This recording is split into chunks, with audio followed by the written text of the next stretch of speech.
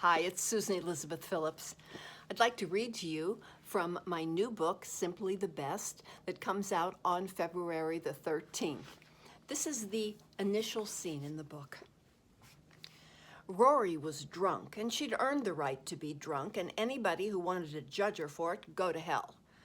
Not that anyone at this party should be judging.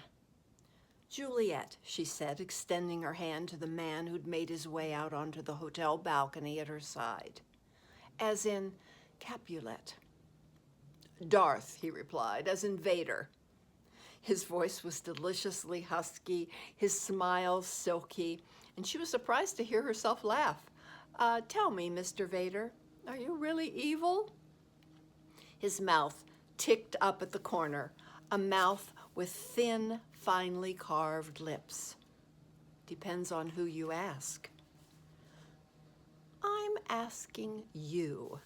The 3 fruity, high-octane cocktails she'd already gulped down in an attempt to erase her resentment over having to attend a party where she didn't fit in, made it easy to be flirtatious with this arrogant, cocksure, very sexy jock who had football money written all over him, from his slick-back hair to his athletic body to his luxury watch. I bend the rules here and there. He touched the red velvet flower in her hair with the tip of his finger. Tell me you aren't really 13, Miss Capulet. His finger moved to her cheek. She let it rest there for a moment before she took a long sip of her 4th cocktail.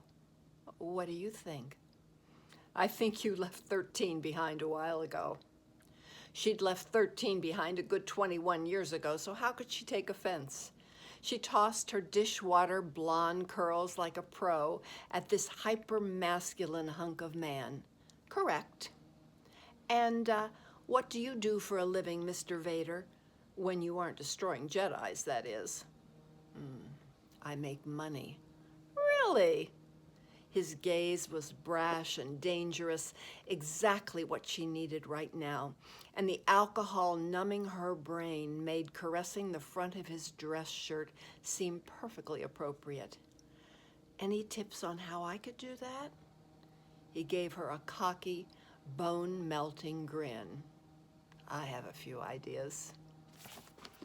This is going to be a big mess. I'm just telling you in advance. Simply the best.